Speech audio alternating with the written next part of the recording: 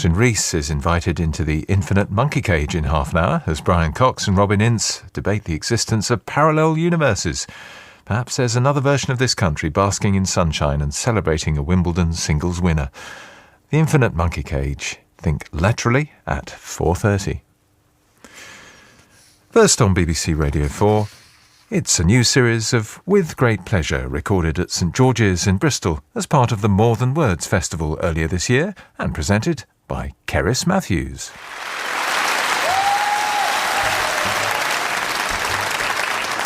Thank you very, very, very much.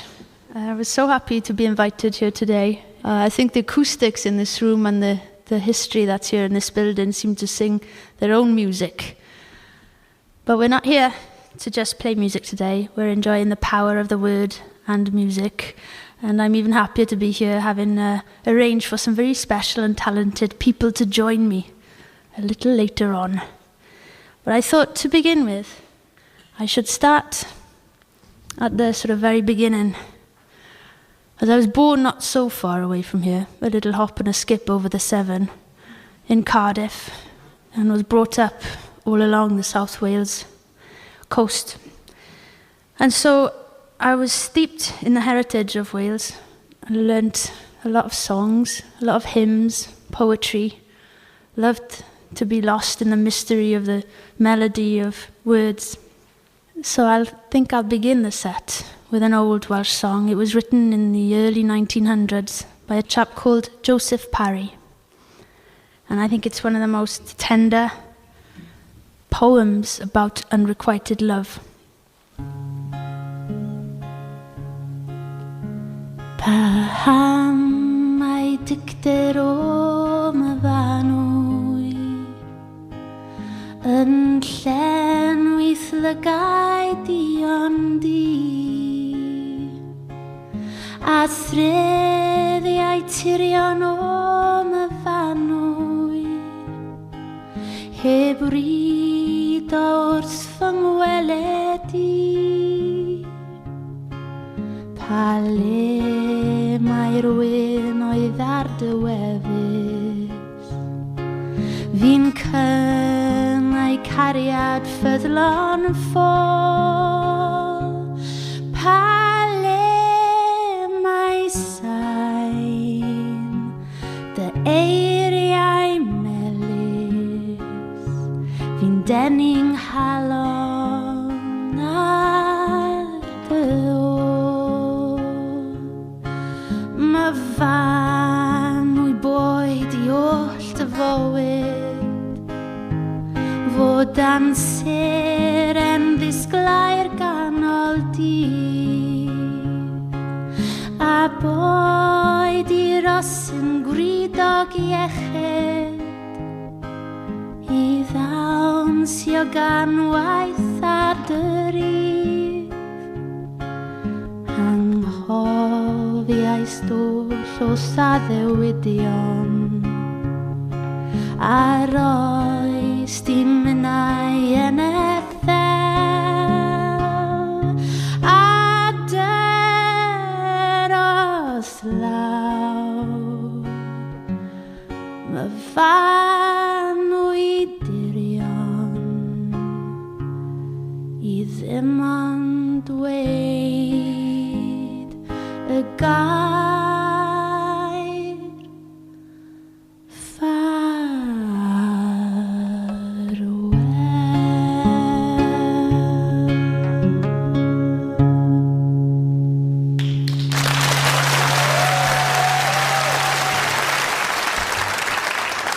Thank you very, very much. I grew into an adolescent, typically surly and sulky and rebellious and curious, always curious.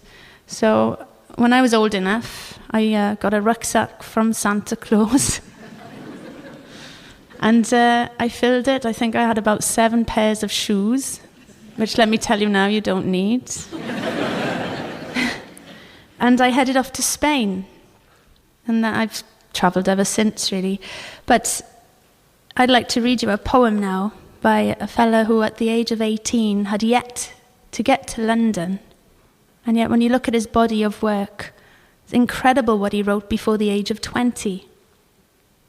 He is Dylan Thomas, and the poem is a poem where he admits to wanting to leave his home, leave the religious and social restrictions and conventions, but he's a tad scared to miss out on anything too. But if Dylan Thomas was here today, he'd be like, "Why are you talking about it?"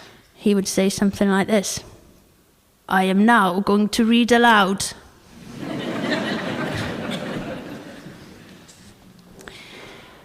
I have longed to move away from the hissing of the spent lie and the old terror's continual cry, growing more terrible as the day goes over the hill into the deep sea. I have longed to move away from the repetition of salutes, for there are ghosts in the air and ghostly echoes on paper and the thunder of calls and notes. I have longed to move away, but I'm afraid. Some life yet unspent might explode out of the old lie, burning on the ground and crackling into the air, leave me half blind. Neither by night's ancient fear, the parting of a hat from hair, pursed lips at the receiver, shall I fall to death's feather. By these I would not care to die, half convention and half lie.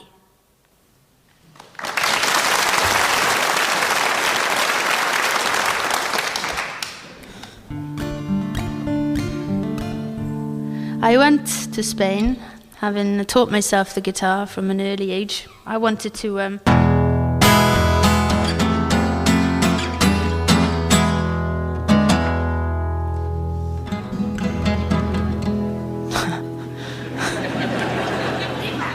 I wanted to learn how to do that properly. You can see I never did learn to. And I remember being laughed at, and I got the rucksack with the 7 pairs of shoes and a guitar, and my foolish attempts at trying to play like a flamenco player, they just laughed. "That's not how you play guitar." I worked picking fruit and then got myself a job as a nanny. Music must have been so bad that the children I was looking after used to water bomb me from the from the second story of the house. Anyway, this is a song. It's a traditional song that the poet Lorca revisited and revised. It's called... No, I'll just sing it. La tarara si, la tarara no, la tarara niña de mi corazón. Ay, tarara loca, mueve la cintura para los muchachos de las aceitunas. La tarara sí, la tarara no, la tarara niña de mi corazón. Luce mi tarara su cola de seda sobre las retamas y la hierba buena. La tarara sí, la tarara no, la tarara niña que le he visto yo. Baja mi tarara por la cuesta abajo con una peñeta de color rosado. La tarara sí, la tarara no, la tarara niña de mi corazón.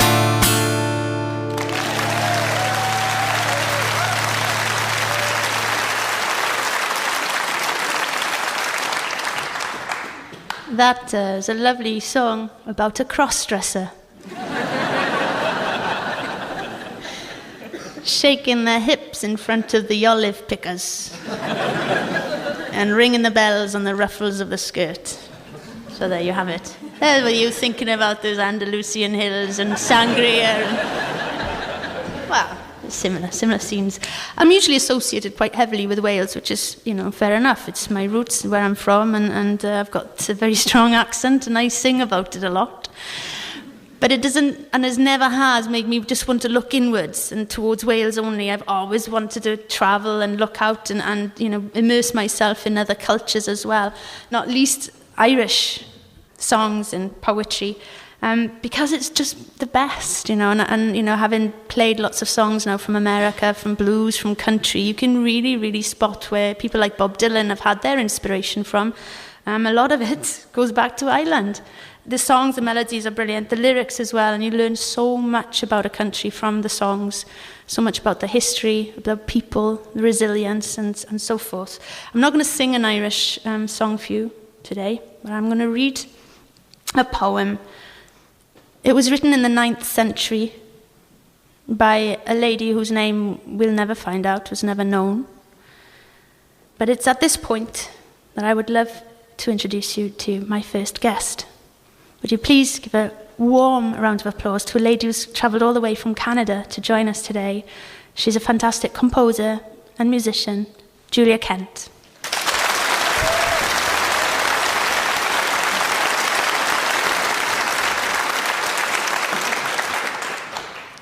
Then I mentioned that it was a lady author.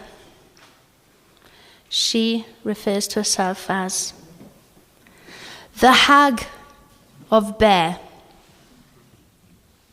Ebb tide has come for me. My life drifts downwards like a retreating sea, with no tidal turn. I am the Hag of Béare, fine petticoats I used to wear. Today, gaunt with poverty, I hunt for rags to cover me. Girls nowadays dream only of money. When we were young, we cared more for our men. Riding over their lands, we remember how, like nobles, they treated us well. Courted, but didn't tell.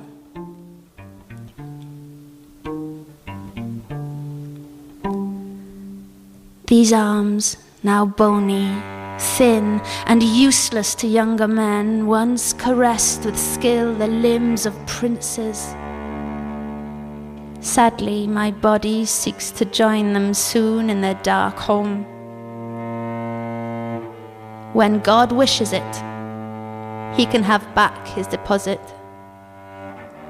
So God be praised that I misspent my days. Whether the plunge be bold or timid, the blood runs cold.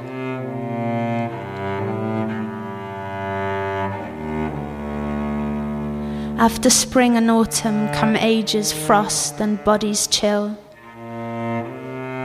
Even in bright sunlight I carry my shawl. Lovely the mantle of green our Lord spreads on the hillside. Every spring the divine craftsman plumps its worn fleece. But my cloak is mottled with age. Now I'm beginning to dote. It's only the grey hair straggling over my skin like a lichened oak. And my right eye has been taken away as down payment on heaven's estate. Likewise the ray in the left, that I may grope to heaven's gate.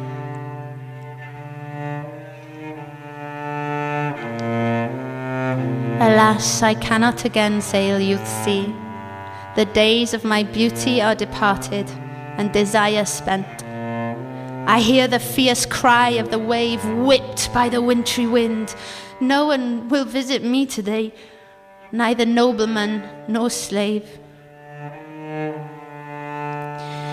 Flood tide, and the ebb dwindling on the sand.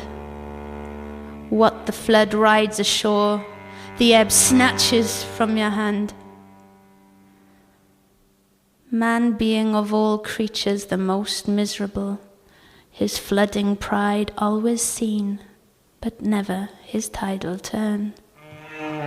Happy the island in mid-ocean, washed by the returning flood, but my aging blood slows to final ebb.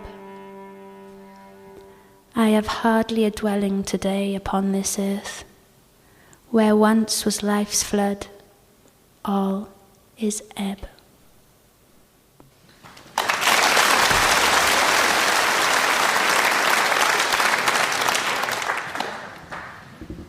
The first time I came to St George's Hall, I played this song and then mentioned Roger Cook. And somebody was like, he's a local lad! So I'm like, oh, of course, because he goes around and he's known in Nashville as being Roger Cook from Bristol, England. So he wrote this song with Hugh Cornwell from the Stranglers. And I was the first person that got to record it. And I just think, again, you know, the similarity and the relationship between poetry and lyrics and songs is always so tight, isn't it? So close. So I thought I'd do it a little differently. Chardonnay, Chardonnay, how I love you, Chardonnay, as I reach to hold you in my trembling hand. Chardonnay, oh Chardonnay, you'll be glad to hear me say I will never need you more than I need you now. When I'm sad,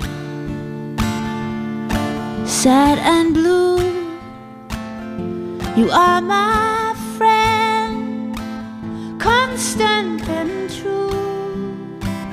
I dedicate this night to you, and I would like to take you home with me. You're right, Julia. Chardonnay, Chardonnay, I'm in love with your bouquet. You're so cold, but you're so beautiful tonight. In my hands, my trembling hand. When I'm sad, sad and blue, you are my friend, constant and true.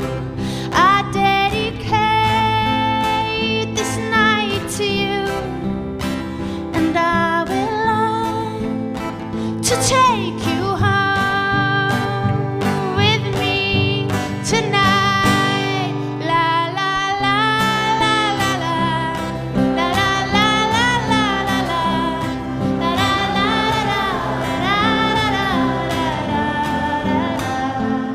In my hands, my trembling hand.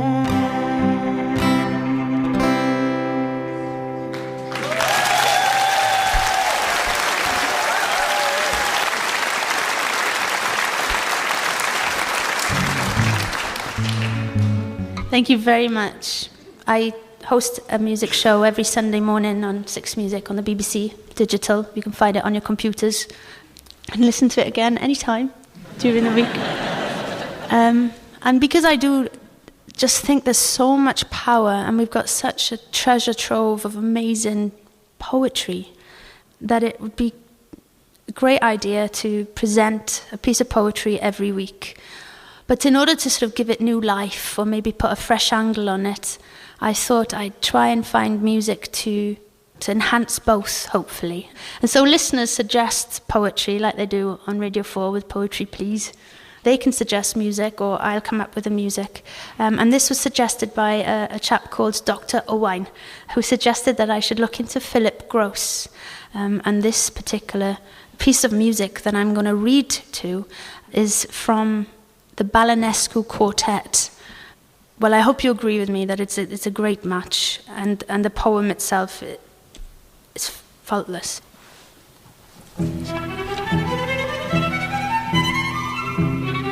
The 7 was brown, and the 7 was blue.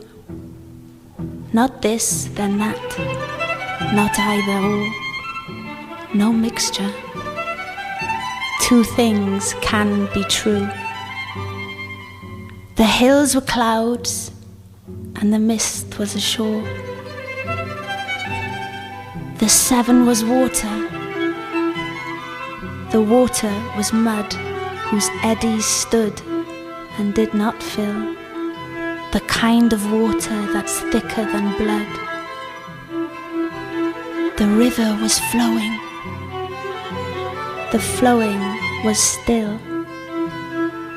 The tide rip, the sound of dry, fluttering wings with waves that did not break or fall. We were two of the world's small, particular things. We were old. We were young. We were no age at all. For a moment, not doing, nor coming undone. Words gained, words lost, till who's to say which was the father, which was the son? A week or 50 years away. But the water said earth, and the water said sky. We were everyone we'd ever been or would be.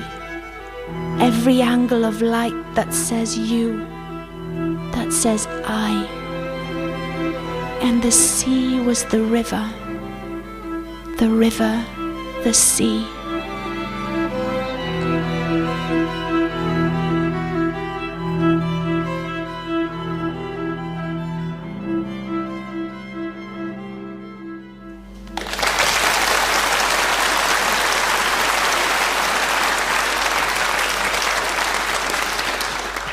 That was Philip Gross and Seven Song. I'd like to invite both my guests to the stage now. Julia's going to come on, hopefully, with Mr. John Siddique, who is a great poet from Myfanwy.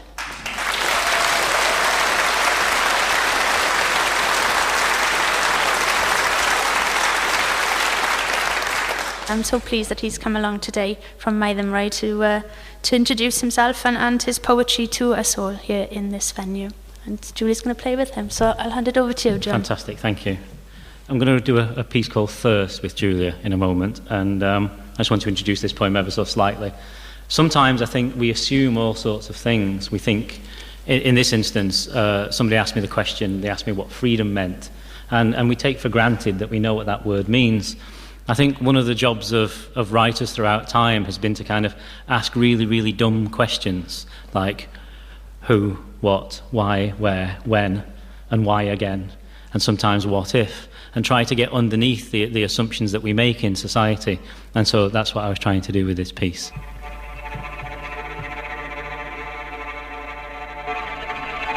Imagine thirst without knowing water.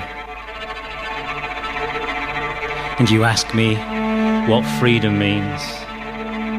Imagine love without love. Some things are unthinkable until one day the unthinkable is here. Imagine thirst without knowing water. Some things we assume just are as they are. No action is taken to make or sustain them. Imagine love without love.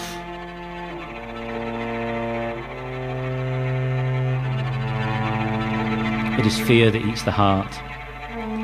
Fear, an endless talk, and not risking a step. Imagine thirst without knowing water.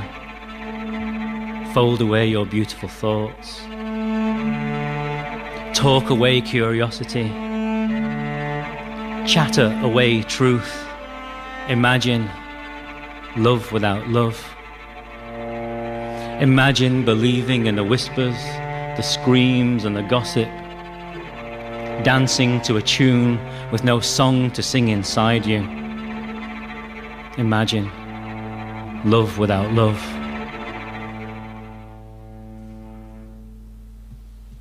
Julia Kent. Thank you, Julia. I was amazed. Sometimes strange things happen. One thing was, putting these guys together, and now they're going to do other things together in the future, musically and poetically, that is.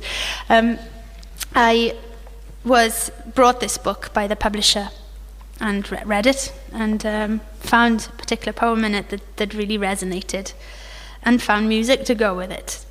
The poem is about changing in life, getting older. And then I looked at the title of the music after I decided they went together, and the title of the music was Life's Metamorphosis. So it was quite strange. The music you're going to hear is by a French artist called Chapelier Fou, and the poem is by Sue Boyle. It's called A Leisure Centre is Also a Temple of Learning.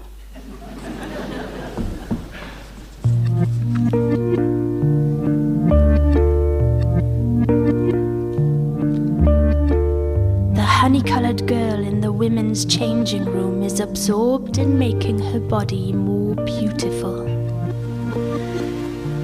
She has flexed and toned every muscle with a morning swim, and showered away the pool chemicals using an aromatic scrub and a gentle exfoliant. Lithe as a young leopard, she has perfect bone structure. Her breasts mound as though sculptured from sand by a warm wind. Her secret cleft is shaped as neatly as a charlatan's moustache. In dreamy abstractedness she applies cream, then spray perfumes every part that might be loved. Her long hands move in rhythm like a weaver's at a loom, tip, throat, under chin, the little kiss points below her ears, the nuzzle between her breasts, her willow thighs. Her head tilted like a listening bird, she brushes her hair so whistle clean, it is like a waterfall.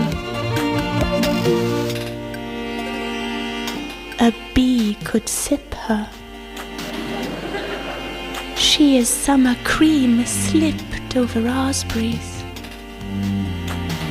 She is so much younger than the rest of us. She should look around. We 12 are the chorus. We know what happens next.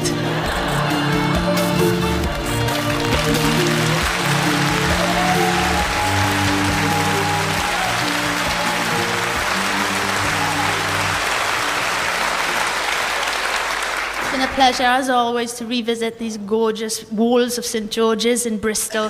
Thank you.